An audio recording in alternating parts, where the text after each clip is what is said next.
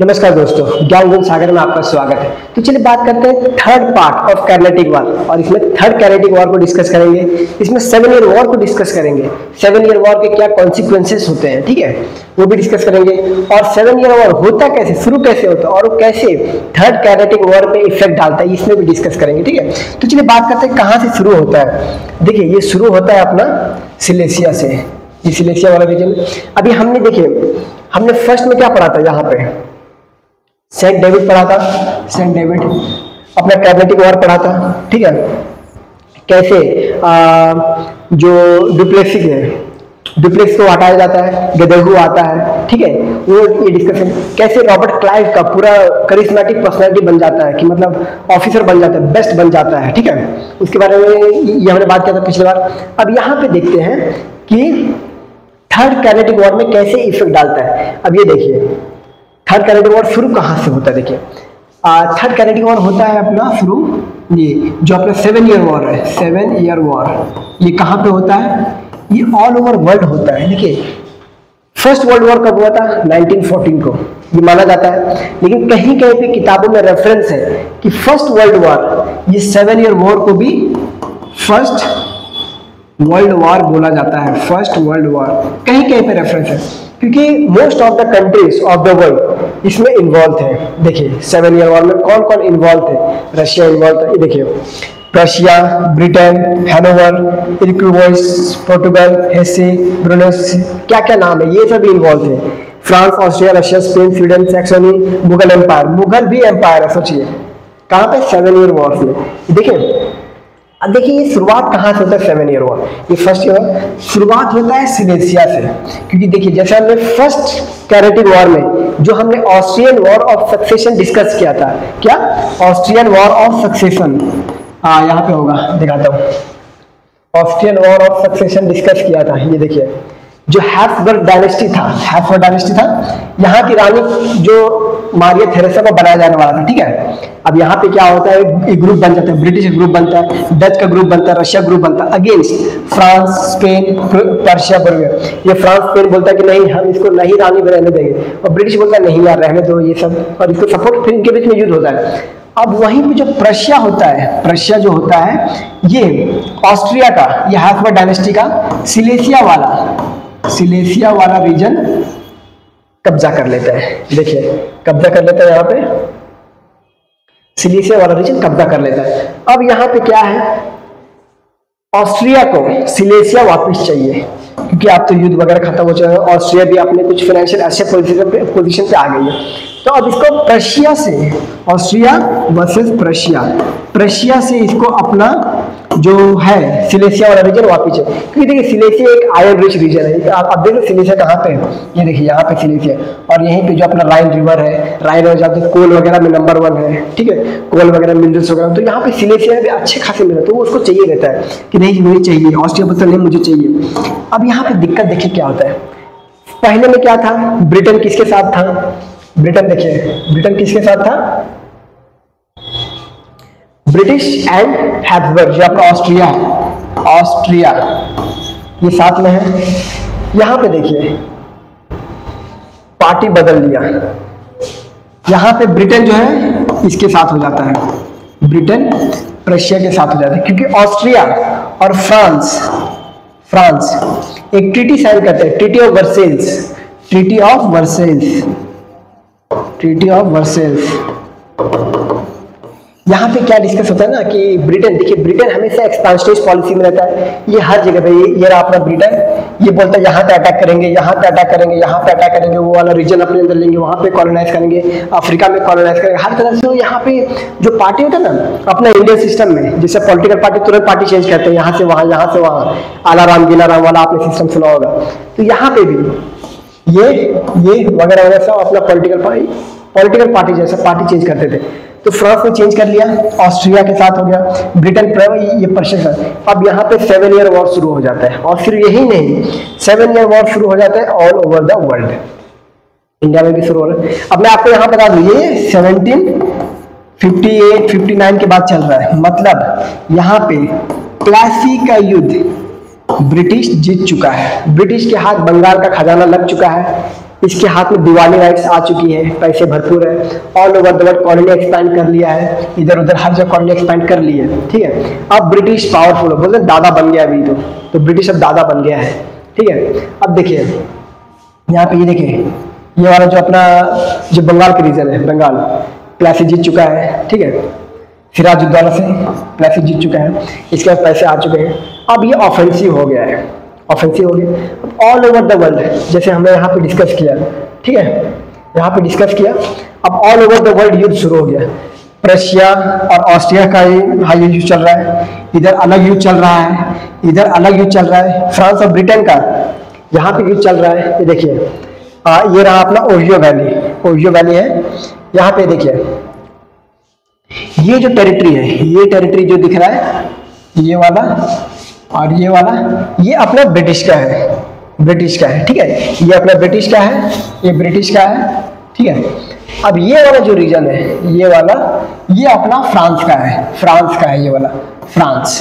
ये वाला जो रीजन है, ये है अपना डिस्प्यूटेड रीजन, यहाँ पे बोलते कभी मेरा है कभी मेरा है, ये डिस्प्यूटेड रीजन है, ठीक है, ये डिस्प्यूटेड रीजन है, ये क्यूबेक फ्रांस का है, ठीक है। अब यहाँ पे इनका युद्ध चल रहा है, 7 ईयर वॉर शुरू हो चुका है। ब्रिटेन और फ्रांस तो हमेशा अपने जन्म जन्मांतर की दुश्मनी होती, यहाँ पे युद्ध शुरू हो चुका है।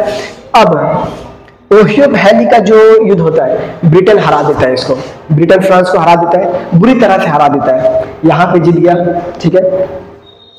क्यूबेक को 1757 में 1759 में क्यूबेक को ले लेता है, कौन लेता है? ब्रिटिश ले लेता है, क्यूबेक ले लेता है। अब देख लीजिए यहाँ पे क्यूबेक ले लेता है, क्यूबेक गया, मॉन्ट्रियल गया, ये जो डिस्प्यूटेड वाला रीजन ये तो जीत ही गया, ये फ्रांस जीत जाता है, ये वाला ऑस्ट्रिया सॉरी अपना ब्रिटिश जीत गया, ब्रिटिश जीत गए, ये सब ब्रिटिश जीत गए, ठीक है। ये मतलब ब्रिटिश और ये ऑल ओवर वर्ल्ड जीत ही रहा है।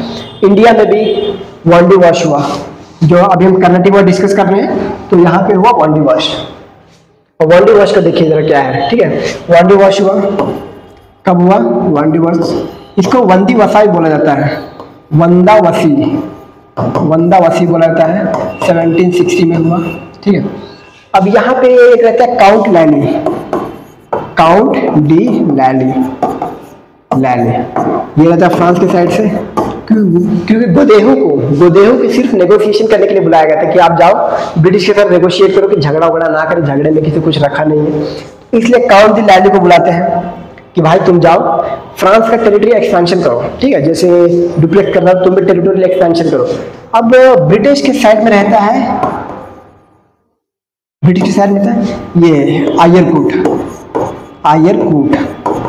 ठीक है, बहुत ही एबल जनरल था, मतलब शार्प माइंड बोलते ना वैसा। अब काउंट डी लैली क्या करता है, 7 ईयर वॉर चल रहा है, इनको बहाना चाहिए किसी चीज का।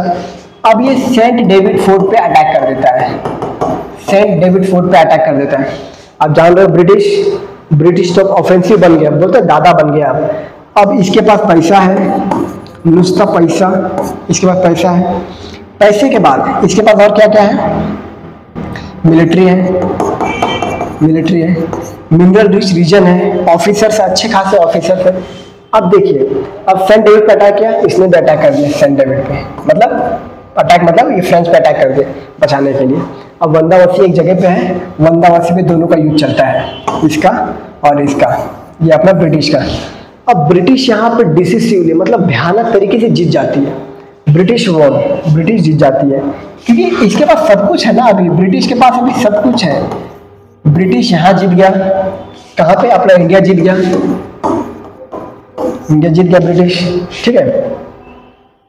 ये वाला ब्रिटिश का हो गया, जीत गया इंडिया में, ठीक। यहाँ पे ब्रिटिश जीत गया, ये है ब्रिटिश का, और ये फ्रांस का, यहाँ पे ये फ्रांस का था, इसको भी ले लेता है, ब्रिटिश जीत जाता है। मैं इसको ब्लू कर दूंगा ताकि आपको समझ जाए। ये देखिए ये जीत गया, क्यूबेक वाला रीजन जीत गया, जो हमने पहले डिस्कस किया, ये देखिए ये सब जीत गया, क्यूबेक जीत गया, मॉन्ट्रियल जीत गया, फिर नाइजीरिया जीत गया, एमहर्स्ट जीत गया, ये सब जीत गया, ठीक है। यहाँ पे ये वर्ल्ड वॉर में हर जगह पे चल रहा था, अब ये हर जगह पे जीत गया, कहाँ पे जीता। अब बचा क्या, अब देखिए और कौन कौन युद्ध कर रहे हैं यहाँ पे, ऑस्ट्रिया फ्रांस हो गया। अब देखिए ये हो गया, सिलेसिया वाला हो गया। अब जो प्रशिया है ना, प्रशिया कहाँ गया, प्रशिया ये प्रशिया है और ये रशिया है। अब रशिया ने क्या किया, यहाँ पे एक सैक्सोनी जगह है, उसको हथियाना शुरू किया। ये रहा, सैक्सोनी पे अटैक किया। अब प्रशिया को भी चाहिए वही, ठीक है। और यहाँ पे देखिए आप कौन किसके साइड में, वो देखिए कौन किसके साइड में है, वो देखिए प्रशिया जो है ब्रिटेन के साइड में है, ठीक है। अब इसको भी चाहिए, क्या चाहिए, सैक्सोनी चाहिए। ये युद्ध चलता है, बड़ा घमासान युद्ध होता है। इसका मतलब यहाँ वहाँ ये लीडर, अगर आप विकिपीडिया पे सर्च करोगे ना तो एक नहीं 100 से अधिक जनरल्स के नाम आएंगे, जो कि अगर आप याद रखोगे माथा फट जाएगा। तो यहीं पे देखिए ये अपना लंबा युद्ध चलता रहा। अब यहाँ पे ये लोग बोलते हैं कि भाई थक गए, अब ट्रीटी ऑफ पेरिस साइन करो, ट्रीटी ऑफ पेरिस साइन करो, ट्रीटी ऑफ पेरिस साइन करो। 1763 में सेटलमेंट करते हैं। लेकिन सेटलमेंट करना भी क्या, ब्रिटिश तो ऑलरेडी आधा दुनिया जीत ही चुका है। ब्रिटिश ऑलरेडी आधा दुनिया जीत चुका है, जैसे हमने यहाँ पे डिस्कस किया। ये वाला रीजन पूरा ब्रिटिश जीत चुका है, ये ब्रिटिश का हो गया है, ब्रिटिश का हो गया ये वाला, ये ब्रिटिश का हो गया है। ये देखिए ये ब्रिटिश का हो गया है, यहाँ पे ब्रिटिश हो गया है, ब्रिटिश हो गया है, और भी आगे ये ब्रिटिश हो गया है, ब्रिटिश हो गया है। ब्रिटिश आधा दुनिया जीत चुका है, ये तो ये ब्रिटिश हो गया है। ये देखिए ब्रिटिश हो गया है, यहाँ पे ब्रिटिश हो गया है, ब्रिटिश हो गया है सब जगह, ठीक है। लुइसियाना, क्यूबेक वगैरह सब ब्रिटिश को, जो ये स्पेन, जो ये फ्रांस है, ये लुइसियाना वाला जगह स्पेन को दे, यहाँ पे स्पेन है, स्पेन को दे देता है, ठीक है, स्पेन को दे देता है। अब क्या यहाँ पे खत्म करते हैं ट्रीटी ऑफ पेरिस से, 7 ईयर वॉर खत्म कर दी, जिसमें मेजोरिटी चीज बोलते ना विन और लूज, तो यहाँ पे ब्रिटिश के लिए विन भी नहीं था, ब्रिटिश हर जगह पे जीत रहा था। लेकिन ब्रिटिश एक जगह पे हार गया, ब्रिटिश एक जगह पे हार गया, कहाँ, यूएसए में हार गया, यूएसए में हार गया। अब यूएसए में क्या हार गया, कैसे, जो 7 ईयर वॉर हुआ, 7 ईयर वॉर हुआ, यहाँ तो ब्रिटिश जीत गया और पूरा यूएसए ब्रिटिश का ही बन गया। लेकिन अब यूएसए में internal conflict, USA internal conflict, internal conflict, demand for revolution, demand for independent, demand for independent, independence, independence, no representation, no taxation without representation, no taxation without representation, without representation, ठीक है, no taxation without representation.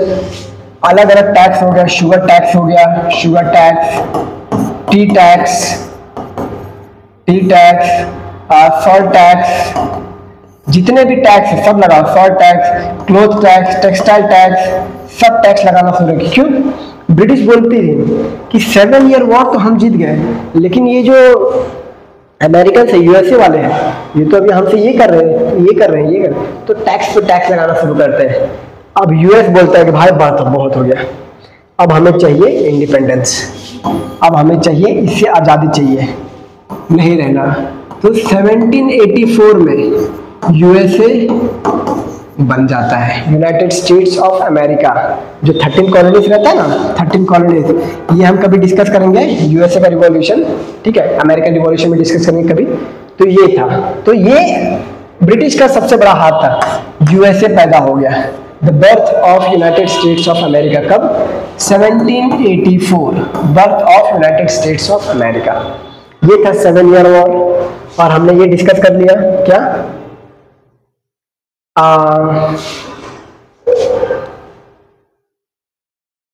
Third कैरेटिक war हमने discuss कर लिया, कौन जीता, कैसे जीता, ठीक है। तो ये था ओवरऑल। देखिए अपना बंगावती में जीत जाता है, तो ब्रिटिश अब ना all over the world powerful बन चुका है, लेकिन यूएसए हार गया, यूएसए से हार गया। अब यूएसए बन गया, वो तो उसके लिए हार ही है ना, क्योंकि जब इतना बड़ा कॉलोनी हाथ से निकले खुद, आज यूएसए सबका राजा बना पड़ा है, यूएसए भी किंग है। तो ये था ओवरऑल। तो ये थर्ड पार्ट कंप्लीट होता है कैनेटिक वॉर का। कैनेटिक वॉर और 7 ईयर वॉर कैसे ये थे, ठीक है, सिंपल। धन्यवाद गाइस।